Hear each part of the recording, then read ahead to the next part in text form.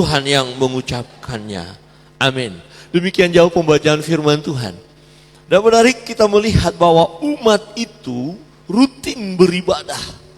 Ya, rajin beribadah, rajin mempersembahkan korban-korban persembahan mereka. Nah, di ayat 12 berkata begini, ya, apabila kamu datang untuk menghadap di hadiratku, siapakah yang menuntut itu daripadamu? Siapa yang minta kamu datang beribadah?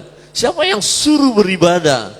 Ya, kenapa sampai muncul kalimat ini? Bukankah Tuhan mau supaya umat itu beribadah kepada Allah? Siapakah yang menuntut itu daripadamu? Bahwa kamu menginjak-injak pelataran bait suciku. Nah, rupanya ada apa? Mereka datang ke bait suci. Mereka datang ke bait Allah. Dengan kata lain, mereka datang ke gereja, kiranya konteks sekarang. Oh, rajin setiap hari Minggu.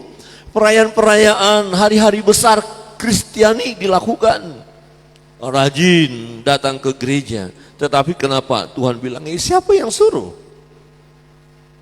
Di dalam terjemahan lain dikatakan begini. Siapa sudi menerima kurban-kurban persembahanmu, padahal kamu tidak bersedih hati atas dosa-dosamu. Untuk apa kamu memasuki pelataran bait Allah? Untuk apa kamu masuk bait Allah? Untuk apa mau masuk ke gereja? Kira-kira begitu. Untuk apa? Ya, kemenyan yang kamu bawa kepadaku berbau busuk. Ini persembahan yang sebenarnya sangat disukai Tuhan. Tapi Tuhan bilang apa? Berbau busuk. Semua perayaanmu berkenan dengan bulan baru dan hari Sabat, juga hari-hari khusus yang kamu tentukan untuk berpuasa, bahkan pertemuan-pertemuan ibadahmu yang paling hikmat sekalipun semuanya cuma pura-pura belaka dan sia-sia. Aku tidak mau melihat semua itu lagi. Ya, dijelaskan. Rupanya hanya pura-pura, hanya rutinitas saja. Ya, dalam terjemahan bahasa Indonesia sehari-hari dikatakan begini. Siapa menyuruh kamu membawa segala persembahan itu pada waktu kamu datang beribadah kepadaku? Siapa menyuruh kamu berkeliaran di rumah suciku? Siapa yang suruh datang? Bahkan dikatakan berkeliaran. Ya, dalam terjemahan bahasa Inggris dikatakan di sana bahwa ya, menajiskan tempat suciku. Ya, kenapa kamu datang? Apakah aku memintanya kamu datang? Pemberianmu itu ya menajiskan. Tidak suka aku dengan itu. Saudara yang terkasih dalam Tuhan, menjadi perenungan bagi kita pada saat ini. Jelas Tuhan menolak ibadah yang dilakukan oleh umatnya dalam pembacaan kita. Dalam Yesaya, masanya Yesaya, waktu Yesaya melayani, ya, umat pilihan Allah ini datang ke bait Allah, ke bait suci, mempersembahkan korban-korban, tetapi Tuhan menolak mereka. Mengapa Tuhan menolaknya? Dan bagaimana caranya supaya ibadah kita tidak ditolak oleh Tuhan? Artinya begini, jangan sampai kekristenan kita, ibadah kita, persembahan kita hanya sebagai kebiasaan saja dan ternyata ditolak oleh Tuhan. Ada orang yang merasa dia sudah benar, dia sudah beribadah, seperti dalam Matius pasal 7 itu. Udah berseru di dalam nama Tuhan, sudah melayani, sudah membuat mujizat, tetapi Tuhan bilang, aku tidak mengenal engkau. Lantas apa yang mereka lakukan? Ibadah macam apa yang mereka kerjakan? Dan terpenting bagi kita, supaya kita mengerti bagaimana ibadah yang sesungguhnya, sehingga tidak sia-sia yang kita lakukan ini. Pengalaman hidup bangsa Israel dan Yehuda mengingatkan kita tentang ibadah yang berkenan kepada Allah. Kebenaran firman Tuhan yang pertama adalah Ibadah yang tidak diikuti dengan pertobatan adalah ibadah yang tidak berkenan kepada Allah. Bisakah, adakah orang beribadah tetapi tidak berkenan kepada Allah? Bisa. Ya, memang waktu beribadah rasanya nyaman. Tetapi bagaimana kehidupan kita hari lepas hari? Ya. Umat pilihan Allah ini datang ke bait Allah. Mereka membawa korban-korban persembahan. Banyak dikatakan, korban-korbanmu yang banyak. Ya. Tetapi perbuatan mereka hari lepas hari adalah jahat. Mereka tidak mau bertobat sebenarnya.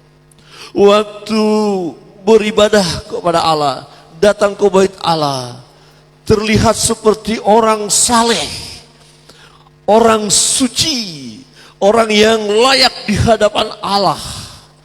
Dan secara penglihatan orang lain, orang ini orang benar. Coba lihat, dia pakai jubah yang bagus, jubah yang khusus untuk ibadah, pakaiannya khusus untuk ibadah. Kira-kira konteks sekarang orang lihat, itu orang Kristen, orangnya baik-baik, orangnya saleh. Lihat ke gereja, bajunya bagus-bagus, rapi, baju ke gereja, bajunya bagus-bagus. Lihat kiri kanan, bagus ya. Tapi letak ibadah bukan di letak bajunya. Oh kalau gitu Pak Pendeta bajunya sembarangan, oh enggak boleh juga. Artinya kita memang secara lahiriah datang ke bait Allah. Tetapi bagaimana batin kita? Bagaimana rohaniah?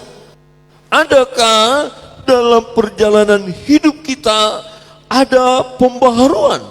Ada pertobatan? Kira-kira begini. Saya melihat ada satu kebiasaan waktu saya kecil. Kebiasaan orang-orang Kristen menyebut dirinya orang percaya. Misalnya ada acara, katakanlah acara keluarga kah, acara besar-besar, pokoknya yang diawali dengan ibadah, doa memuji Tuhan, ya doa-doa pujian.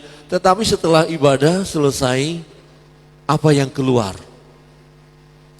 Dulu saya waktu masih kuliah di Batu Malang, saya melayani satu ada keluarga, acara besar lah ya. Setelah selesai dan bertanya, Pak Pendeta, padahal belum pendeta ya, Pak Pendeta kalau sudah mungkin ada kegiatan tidak apa-apa, silahkan boleh juga meninggalkan. Artinya apa? Kalau Pak Pendeta ada minuman belum bisa keluar, kalau Pak Pendeta masih ada kartu belum keluar. Jadi kalau Pak Pendeta ada sudah disiapkan, mari kita membaca katanya. Bukan membaca Alkitab, membaca kartu. Mulai main judi. Kemudian mulai air kata-kata atau dibilang air kehidupan. Padahal itu air yang memabukkan. Padahal baru selesai ibadah. Pak Pendeta ini nembak. Enggak nembak, cuman ngomongin. Ini kan dulu, kalau sekarang kan tidak ya. Bagaimana Bapak Ibu? Coba lihat kiri kanan. Itu dulu kah? Nah, seperti itu. Jadi mabuk tetap, judi tetap, suami pukul istri tetap, istri pukul suami tetap. Enggak ya? Masa istri pukul suami? Ada loh. Ya, menipu tetap, korupsi tetap. Tapi hari Minggu kita ibadah. Wah, ini minggu ini persembahan kita besar. Kenapa? Tadi malam menang judi. Jadi perpuluhannya masuk ke gereja. Pak Pendeta kan nggak tahu. Ya Pak Pendeta nggak tahu, tapi Tuhan tahu. Lebih baik jangan. Nanti kita lihat. Bukan itu yang terutama. Oh kita membantu keluarga itu. Kan kita kan kemarin berhasil proyek itu. Kita sedikit tipu-tipu lah biar ada untungnya. Tapi beribadah. Saudara yang terkasih dalam Tuhan, perhatikan, mereka orang-orang ini disebut apa? Padahal umat pilihan Allah. Mereka disebut manusia Sodom dan Gomora. Tahu apa Sodom dan Gomora? Sodom dan Gomora penuh kejahatan. Mereka tidak mau bertobat. Akhirnya dihancurkan oleh Tuhan. Ada belerang menghabisi umat itu. Orang-orang Sodom dan orang-orang Gomora. Nah, mengapa Yesaya berkata bahwa umat pilihan ini, yang beribadah ini, yang membawa korban-korban ini, tapi dikatakan mereka adalah manusia Sodom dan manusia Gomora. Dengarlah firman Tuhan, ayat 10. Dengarlah firman Tuhan, hai pemimpin-pemimpin manusia Sodom. Perhatikanlah pengajaran Allah, hai rakyat manusia Gomora. Berarti kejahatan yang luar biasa mereka lakukan dan mereka tidak mau bertobat. Ada pengajaran, ada firman Allah, ada khotbah, ada seruan dari Nabi. Tapi mereka asik dengan kejahatan mereka. Sebutan manusia Sodom dan Gomora bukan sebutan yang indah, bukan sebutan yang membahagiakan. Ini satu sebutan yang menunjukkan keadaan mereka rusak total. Tetapi mereka tetap beribadah. Wah, ini bahaya sekali. Dan kalau kita belajar tanda-tanda akhir zaman, manusia Sodom dan Gomora ini juga muncul saat ini. Dan mereka asik dengan dunia walaupun mereka pikir mereka sudah ada di bait Allah. Ini serius, ini penting bagi kita. Walaupun nanti akhirnya jumlah kita sedikit karena memang terseleksi, tidak apa-apa. Sebab firman Tuhan katakan dari rumah Tuhan mulai ditampi. Yang serius, sungguh-sungguh datang kepada Tuhan juga akan mengalami semacam tekanan. Bagaimana kita mau tetap bertahan dalam kebenaran di tengah-tengah manusia Sodom dan Gomora. Lot mengalami penderitaan. Dia yang hidup dalam kebenaran tetapi di tengah-tengah ketidakbenaran itu satu siksaan. Tetapi dia harus bertahan. Ya. Dan kemudian dia diselamatkan oleh Tuhan. Manusia Sodom dan Gomora. Sebutan ini diberikan kepada orang Israel dan orang Yehuda, yaitu umat Allah, umat pilihan Tuhan. Dan ternyata mereka juga rajin beribadah. Hari-hari raya rutin mereka lakukan, tetapi tidak ada pembaharuan dalam hidup mereka. Tuhan tidak suka dengan persembahan-persembahan mereka. Jelas Tuhan tidak suka. Di ayat 11, untuk apa itu korbanmu yang banyak-banyak? Jadi berbicara tentang membawa korban persembahan, mereka tidak hitung-hitungan. Mereka berikan, mereka dapat banyak, mereka persembahkan banyak. Tetapi Tuhan berkata, untuk apa itu korbanmu yang banyak-banyak? Untuk apa itu persembahanmu yang besar? Untuk apa itu?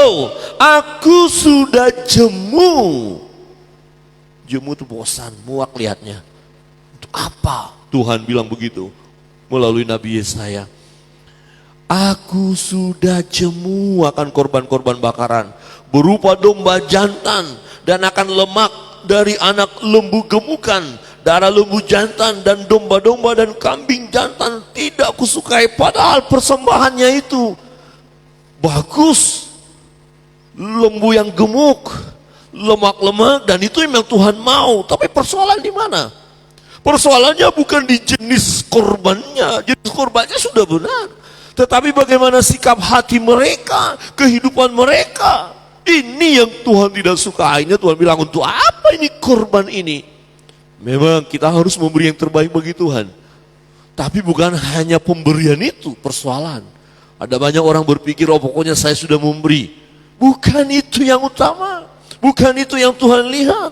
Tapi hidup kita, diri kita sendiri adalah persembahan yang harus kita berikan kepada Allah. Dalam kitab Roma dikatakan, yang kudus, yang suci, yang berkenan kepada Allah, itu ibadahmu yang sejati. Saudara yang terkasih dalam Tuhan, wah lihat, mereka membawa korban bakaran yang banyak, yang gemuk. Mereka tahu itu aturannya, nggak boleh membawa yang cacat, yang kurus-kurus nggak boleh. Tetapi hanya sebatas itu. Mereka tidak mengalami pembaruan dalam hidup mereka hari lepas hari. Saudara yang terkasih dalam Tuhan, persembahan mereka tidak sungguh-sungguh dan kejijikan bagi Tuhan. Wow, luar biasa. Ini rupanya mengapa Tuhan akhirnya menolak mereka, menolak ibadah mereka. Di ayat 11, jangan lagi membawa persembahanmu yang tidak sungguh, sebab baunya adalah kejijikan bagiku. Kalau kamu merayakan bulan baru dan Sabat, atau mengadakan pertemuan-pertemuan dalam konteks pertemuan ibadah, aku tidak tahan melihatnya, karena perayaanmu itu penuh kejahatan. Saya merenungkan ini, bukankah akan banyak perayaan-perayaan kita ketika Allah melihat, Allah menjadi jijik, muak, kalau yang dilakukan oleh orang-orang Kristen seperti yang saya katakan tadi, seperti pengalaman saya dulu, mungkin pengalaman Bapak Ibu, ibadah hanya sekedar, bukan acara ibadah, tapi selesai acara, kita ada acara khusus, dan ternyata acara khusus itu tidak sesuai dengan firman Allah. Terus Tuhan mau berkata, tadi kau sembah aku, tadi kau bacakan firman, tadi kau dengar firman, lah sekarang apa yang kau lakukan? Jadi persembahanmu yang tadi itu bau. Wah, ini keras ya, itu bau. Enggak suka aku, kata Tuhan, itu jijik. Wah. Dan kalau kita belajar ini, tak kaget kita kalau kita melihat kebenaran firman Tuhan beberapa minggu yang lalu yang kita renungkan bahwa tidak semua orang yang berseru Tuhan, Tuhan akan masuk dalam kerajaan surga. Bagaimana perjalanan hidup? Bagaimana persembahan kita? Memang kita perlu memberi persembahan kita kepada Allah, wujud syukur kita kepada Tuhan, wujud terima kasih kita kepada Tuhan, pengagungan kita kepada Dia, kita sudah diberkati. Tetapi jangan sampai kita hanya sekedar mempersembahkan tanpa kesungguhan. Bukan masalah besar kecilnya. Kalau memang kecil karena itu yang ada dan kita berikan dengan sungguh-sungguh, itu persembahan yang besar. Seorang perempuan yang janda, yang miskin, yang hanya punya sepeser uang itu, dia mempersembahkan, nilainya kecil, tetapi bagi Tuhan itu yang paling besar karena dia persembahkan ya dari seluruh yang dia punya, bukan dari sisa-sisanya. Jadi dia beri yang terbaik, bukan nilainya. Oh, sekian rupiahnya, bukan. Tapi bagaimana kesungguhan dalam memberi. Dan itulah yang Tuhan lihat dari umat ini. Yang membawa sapi lembu yang gemuk, yang sehat itu, yang berlemak-lemak itu. Tetapi mereka tidak sungguh-sungguh. Jangan lagi membawa persembahanmu yang tidak sungguh-sungguh. Jadi kalau kita tidak sungguh-sungguh memberi, tidak ikhlas, tidak serius, hanya asal-asalan, jangan beri. Coba lihat kiri kanan, kalau asal-asalan, jangan beri. Halo, kalau asal-asalan, jangan beri. Kalau asal-asalan, tapi kita tidak pernah, saya yakin dan percaya, karena kita mempersiapkan diri, ketika kita ibadah, baik ibadah di gereja, ibadah pertemuan-pertemuanmu, maksudnya kayak KPI begitu ya, KPI, ada ucapan syukur ketika ada persembahan, kita memberi dengan sukacita. Ingat, bukan berapa jumlahnya, oh ini jumlahnya harus sekian puluh ribu, harus sekian puluh juta, bukan. Tapi hati kita, Tuhan, aku memberi dengan sukacita, dengan tulus untuk pekerjaan Tuhan, untuk kemuliaan nama Tuhan. Saudara, ketika mereka tidak memberi, Tuhan bilang apa? Semua yang kamu lakukan, ibadahmu itu ya tidak berkenan kepadaku, karena perayaanmu itu penuh kejahatan. Ada pertemuan-pertemuan mereka rutin, ada Sabat dikatakan di sana, ada bulan baru, artinya mereka tahu hari-hari besar. Kira-kira begini, kita tahu ada hari Natal, kita tahu itu hari Natal, wah kita harus ikut, kita harus merayakan. Tetapi perayaan kita akan menjadi kejijikan bagi Tuhan. Kalau kita rayakan perayaan Natal, tetapi tidak sungguh-sungguh, bahkan ironisnya, ya kita hanya pesta pora, menghabiskan apa yang kita punya sampai mabuk segala macam. Apakah ini yang Tuhan mau? Tuhan tidak mau. Betul kita harus merayakan, tapi rayakan dengan sungguh-sungguh untuk kemuliaan nama Tuhan. Berarti kalau kita lihat firman Tuhan ini, pada masa Yesaya sudah bicara. Dan ternyata ini persoalan pergumulan yang dihadapi oleh umat manusia. Karena dunia mulai menarik. Cara-cara merayakan perayaan-perayaan, pertemuan-pertemuan ibadah kita bisa melenceng, bisa dipengaruhi. Itu sebabnya kita perlu tahu kebenaran. Di ayat 14 berkata begini, perayaan-perayaan bulan barumu dan pertemuan-pertemuanmu yang tetap. Artinya rajin juga setiap hari Minggu ibadah. Rajin juga di KPI. Ya Bapak Ibu kan rajin ya KPI ya, amin. Jangan sampai nggak tahu apa itu KPI. Ada yang bisa jawab kecuali pelayan-pelayan Tuhan. Apa itu KPI? Yang katakan ada hadiahnya. KPI 1, 2, 3. Yang nggak ada yang jawab berarti nggak dikasih hadiah. KPI itu apa ya? Pak Gembala, apa KPI? Dari dulu saya dengar KPI nggak ada. Nggak tahu artinya apa itu ya. Oh KPI di rumah ini. KPI. Bukan, apa ya KPI ya? Kalau pelayan Tuhan pasti tahu ya. Apalagi mengajar di KPI, diskusi ya. Kelompok pembinaan iman. Ya, berarti kita perlu itu.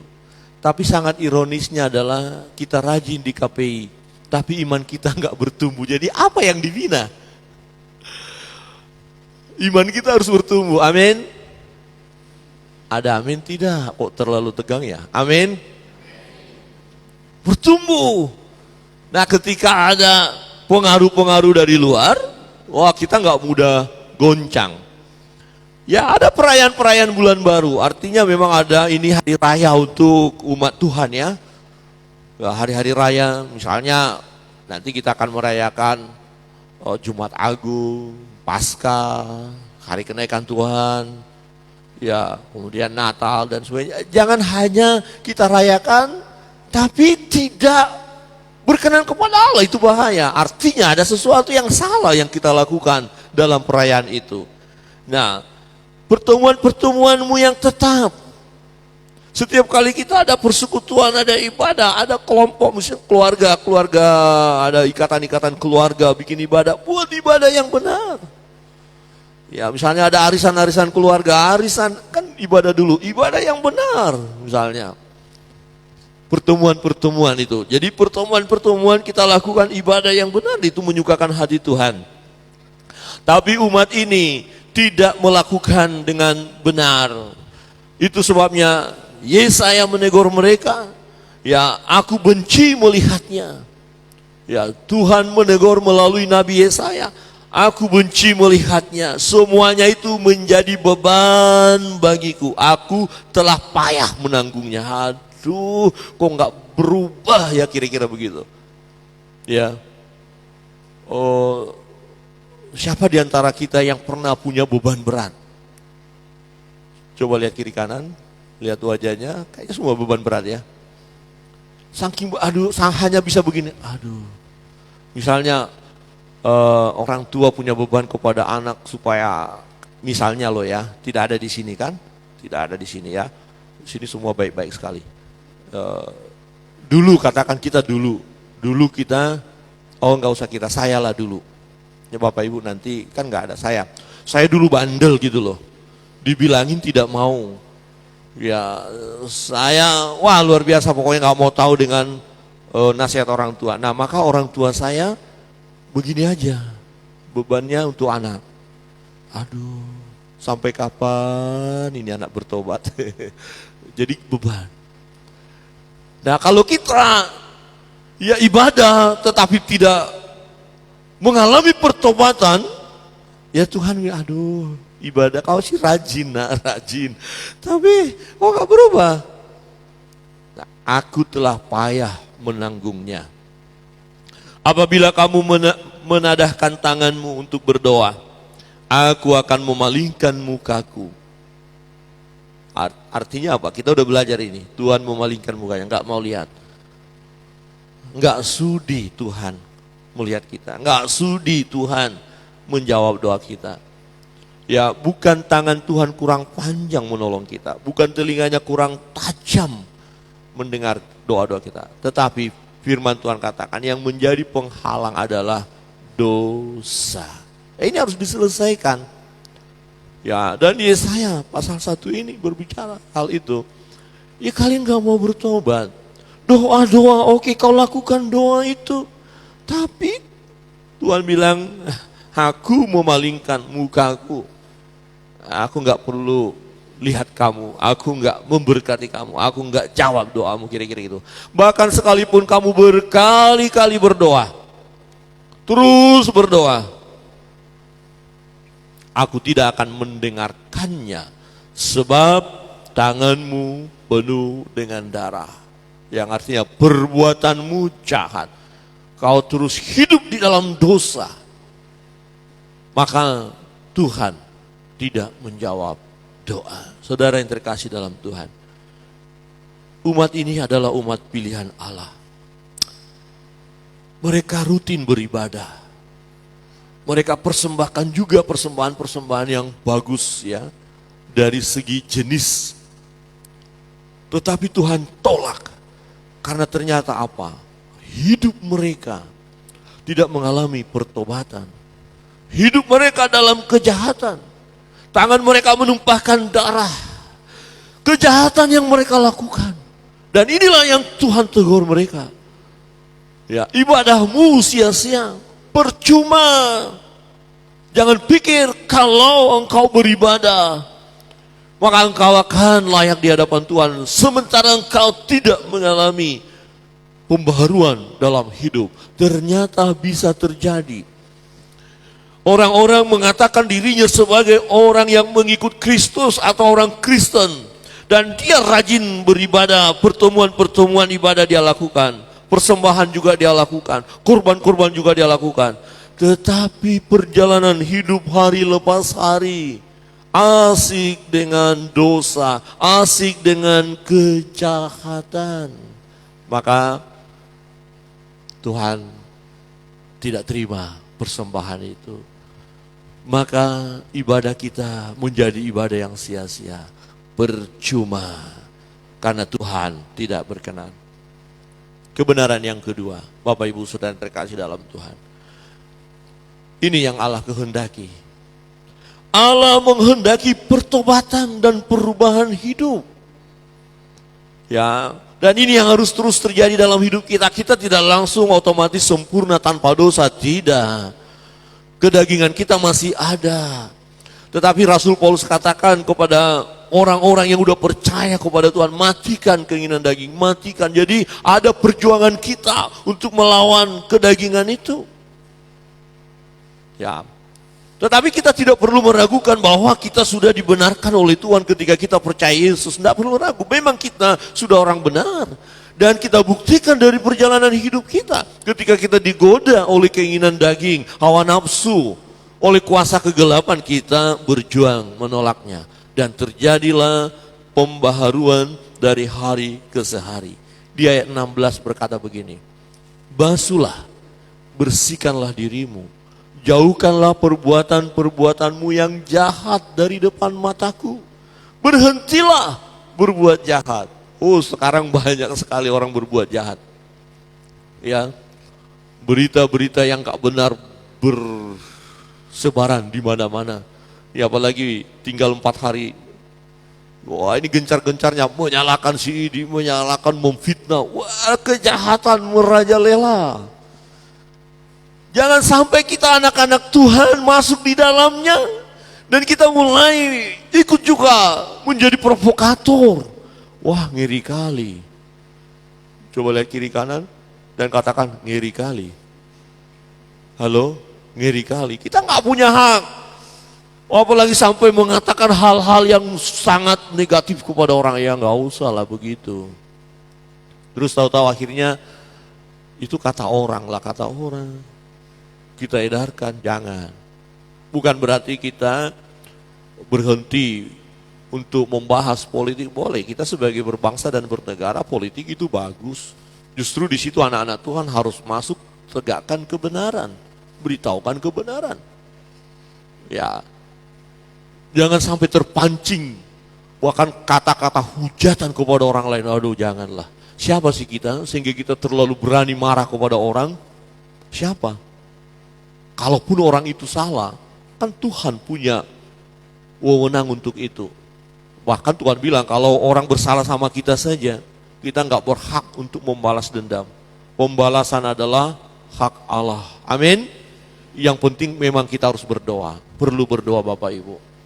Berdoalah. Kita nggak ngerti. Misalnya dari hal pemimpin ini pun berdoa saja. Ya hati nurani kita bagaimana, ya jalankan aja. Kita nggak ngerti kita ini yang benar, ini yang enggak. Karena penuh dengan sesuatu yang rahasia. Tetapi ketika kita sudah serahkan kepada Tuhan. Ya dalam satu Amsal kemarin saya bikin di Facebook, saya baca, wah luar biasa ya. Jadi firman Tuhan ini begini. Kalau Tuhan sudah pilih seorang pemimpin, musuhnya pun menjadi mendukung dia. Musuhnya pun menjadi pendukung dia kalau Tuhan sudah tetapkan sedemikian. Jadi kita nggak bisa, bukan kita yang menjadi pengatur ini dan itu enggak. Tetapi hak suara tetap. Ya silakan, saya berkata lakukan. Itu warga negara yang baik begitu. Kita punya hak suara, hak pilih. Ya, tapi jangan juga mau ya memanipulasi ya atau melakukan hal yang berlawanan dengan hati nurani, jangan ya. Jangan juga mau melakukan hal-hal yang tahu betul sudah ini sesuatu yang tidak berkenan kepada Allah, jangan. Jangan lakukan. Basuhlah, bersihkanlah dirimu, jauhkanlah perbuatan-perbuatanmu yang jahat. Wah, terlalu banyak perbuatan jahat ya di hadapan kita, kita ditawarin. Ayo lakukan ini, lakukan itu. Dunia menggoda kita, kedagingan kita juga menggoda kita, mau menghalalkan segala cara. Ya, jangan sampai kita baru pulang gereja, ada yang menggoda di sana dan kita jatuh. Bahaya itu. Dan kita berkata tidak, itu dosa. D-O-S-A. Oh, dosa. Oh jangan, nggak mau ah. Ikut-ikutan melakukan kejahatan nggak mau ah. Saya kan anak Tuhan. Amin. Keren ya, anak Tuhan begitu. Tidak mau ikut-ikutan. Nah ternyata bangsa ini memang disebut bangsa yang tegar tengkuk, keras kepala, tidak mau bertobat. Ya, mereka tidak mengalami pembaharuan. Pada Tuhan bilang, basuhlah, bersihkanlah dirimu. Artinya gini, kita sadar ada sesuatu yang tidak beres dalam diri kita.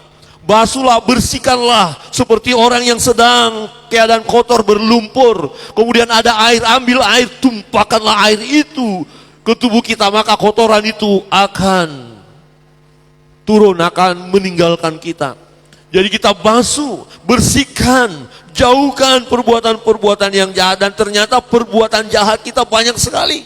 Karena tadinya kita memang orang-orang yang jauh dari Tuhan. Tuhan pilih kita, Tuhan selamatkan kita, kemudian kita ada firman yang ada di dalam kita, diberikan oleh Tuhan sehingga kita bisa membedakan mana yang baik dan mana yang jahat. Kemudian yang jahat itu kita tolak. Saudara tahu kok. Ya, yang baik dan yang jahat saudara tahu. Sebagai anak-anak Tuhan kita tahu. Karena Roh Kudus bekerja di dalam diri kita dan kita mengerti ini tidak baik. Oh, ini baik. Kita tahu itu. Hanya kadang-kadang kita digoda oleh dunia, digoda oleh kedagingan kita, digoda oleh kuasa kegelapan. Ada 3 besar musuh kita ini. Ya, iblis, dunia, dan kedagingan kita yang harus kita berjuang untuk itu. Dan kemudian karena kita hidup sebagai anak-anak Tuhan, kita tahu mana yang benar. Kemudian kita tolaklah penggoda-penggoda itu. Amin. Coba lihat kiri kanan dan katakan, penggoda tolak ya. Penggoda ditolak, macam-macam jenisnya. Kita harus tolak itu. Di ayat 17 berkata begini. Belajarlah berbuat baik. Aduh ini ya gimana, belajarlah, ternyata berbuat baik harus belajar kita. Karena kedagingan kita ini susah loh. Aduh, Rasul Paulus pernah berkata, yang baik yang mau aku lakukan, tetapi buktinya aku lakukan yang tidak baik, terus bagaimana? Artinya Rasul Paulus sendiri yang sudah sungguh-sungguh kepada Tuhan sebagai hamba Allah, terus berjuang. Terus berjuang. Pikiranku, perasaanku, hatiku mau melakukan yang baik. Tapi seringkali aku temukan diriku melakukan yang tidak baik karena kelemahan daging. Nah, oleh karena kelemahan daging ini perlulah kita terus berserah kepada Tuhan, berdoa kepada Tuhan, mohon pertolongan daripada Tuhan. Perlu doa. Saudara percayalah, ketika ada sesuatu niat jahat di dalam diri saudara, berdoalah. Saya yakin dan percaya niat jahat itu kabur. Percayalah.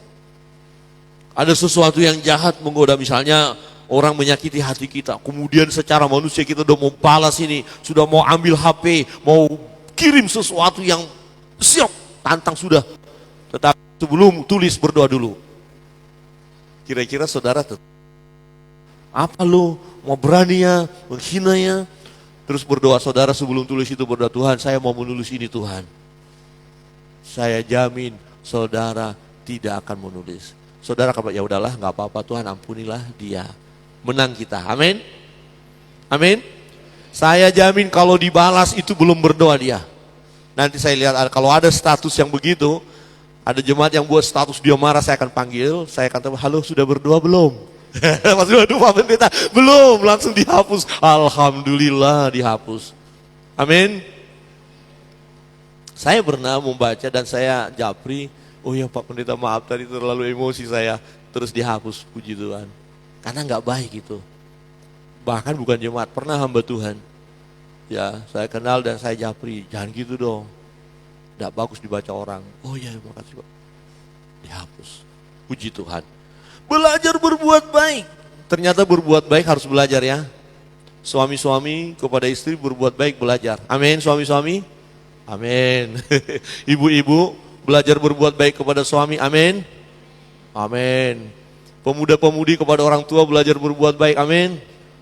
Amin. Orang tua kepada anak-anak, amin. Ada loh, jangan pikir orang tua selalu berbuat baik sama anak-anak. Ada banyak anak-anak yang luka hatinya. Benar, serius. Kepada orang tua dia sakit rasanya. Ya, karena ternyata belajar berbuat baik. Semua kita perlu belajar berbuat baik. Pak Pendeta juga harus belajar berbuat baik. Mungkin juga ada jemaat yang sakit hati saya buat. Ya ampuni saya ya. Amin. Ini bisa saja. Ya, wah ini Pak Pendeta ngomong di mimbar kayak gitu. Tapi tadi dia naik motor, saya lewat pura-pura nggak tahu. Saya udah senyum sama angin saya jadinya. Ada satu cerita, ya seorang hamba Tuhan mau pelayanan, dia bannya gembos. Dia dorong. Dia kan mau pelayanan, pikirannya toh, pendeta juga kan manusia kan, udah cemberut juga Pak Pendeta. Jangan pikir Pak Pendeta nggak pernah cemberut loh, cemberut juga. Tiba-tiba ada, halo Pak, halo. Jadi gimana mau senyum bagus lagi?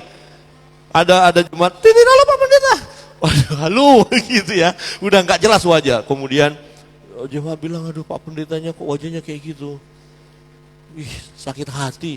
Besok nggak ke gereja lagi. Biar saya gereja lain aja, masa pendeta kayak gitu disapa baik. Bukankah senyum ini baru kempes ini saya keringat loh, aku gimana wajahku memang lagi keriput kok. Terus mau bikin cerah-cerah bagaimana? Jadi kita harus mengerti orang lain, belajar berbuat baik, amin. Usahakanlah keadilan. Nah rupanya pada waktu itu mereka mau menang sendiri, tidak berlaku adil. Ya. Bela hak-hak yatim, mereka nggak peduli dengan orang miskin, anak yatim nggak mereka pedulikan. Perjuangkanlah perkara janda-janda, masalah orang yang susah janda-janda mereka abaikan. Janda-janda yang dimaksud di sini adalah mereka yang memang tidak ada keluarga dan janda-janda yang sudah tua perlu dibiayai, perlu dibantu, tapi mereka cuek, tidak peduli. Bukan janda-janda muda yang dimaksud di sini. Kalau janda-janda muda biar menikah lagi nggak apa-apa. Boleh kan, janda muda boleh menikah kan? Tapi dengan siapa? Jangan dengan suami orang, nggak boleh. Itu nggak boleh. Iya Pak Pendeta bilang janda muda boleh. Ya dengan yang belum punya istri. Atau ya kalau istrinya sudah meninggal, berarti janda-janda dengan duda-duda ya cocok, enggak apa-apa. Enggak masalah ya. Asal jangan suami orang, itu bahaya. Saudara yang terkasih dalam Tuhan, belajar. Dan Tuhan katakan begini, ini sesuatu tantangan bagi mereka. Kita baca bersama-sama ayat 18. 1, 2, 3. Marilah, baiklah kita berperkara firman Tuhan. Sekalipun dosamu merah seperti kermisi, akan menjadi putih seperti salju. Sekalipun berwarna merah seperti kain kesumba, akan menjadi putih seperti bulu domba. Kalau kita tahu ayat ini, latar belakangnya yaitu hidup orang-orang Israel, umat pilihan Allah, orang Yehuda. Sampai Tuhan bilang, ayo, memang kamu sudah hancur, dosa, tapi ayo bertobat, basuh dirimu. Kalau engkau mau bertobat, masa aku diam saja? Masa aku tidak dengar doamu? Masa aku membiarkan kamu masuk dalam hukuman?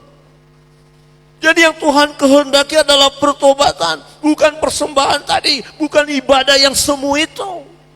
Ayo kau beribadah, tapi ibadahmu sungguh-sungguh. Pasti Tuhan senang, pasti diterima oleh Tuhan ibadah kita, persembahan kita.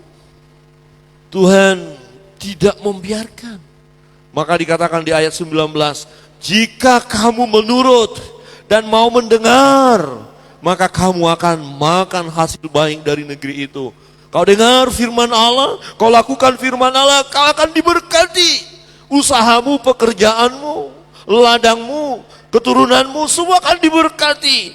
Kalau kamu mendengarkan firman, ikut firman, turuti firman, mengingatkan kita akan firman Tuhan. Cari dahulu kerajaan Allah dan kebenarannya, maka semua akan ditambahkan kepadamu. Artinya ibadah mereka tidak akan menjadi sia-sia kalau mereka lakukan sesuai dengan firman Allah. Mereka hidup di dalam kekudusan. Tetapi peringatan ayat 20. Tetapi jika kamu melawan dan memberontak, maka kamu akan dimakan oleh pedang. Sungguh Tuhan yang mengucapkannya. Artinya kau akan celaka, kau akan menderita, kau akan susah, kau akan binasa. Jadi kekuatan kita adalah dari Tuhan. Nah, mari kita lakukan ibadah yang benar di hadapan Tuhan. Seperti dalam Roma pasal 12 itu. Ya, persembahkan hidupmu, persembahan yang hidup, yang kudus, yang berkenan kepada Allah. Ya. Sehingga kita tahu membedakan mana yang baik dan mana yang tidak baik.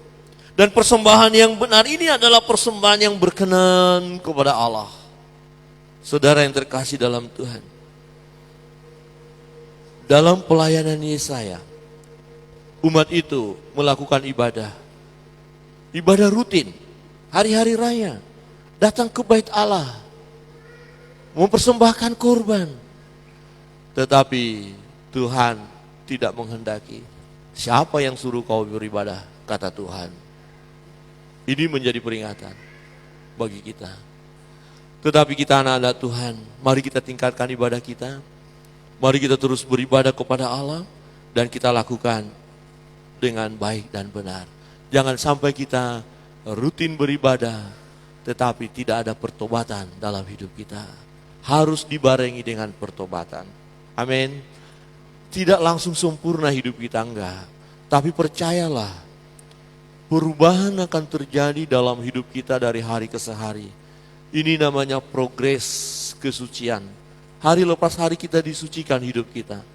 Ya, semakin suci. Karena kejahatan-kejahatan itu semakin kita tinggalkan hari lepas hari. Kita tahu kok ada sesuatu yang jahat yang kita lakukan, ada dosa. Kemudian kita lepaskan, kita lepaskan, kita lepaskan. Ibadah kita adalah ibadah yang berkenan kepada Allah. Manakala kita ikuti dengan perubahan-perubahan dalam hidup kita. Kiranya Tuhan Yesus memberkati kita. Pemimpin pujian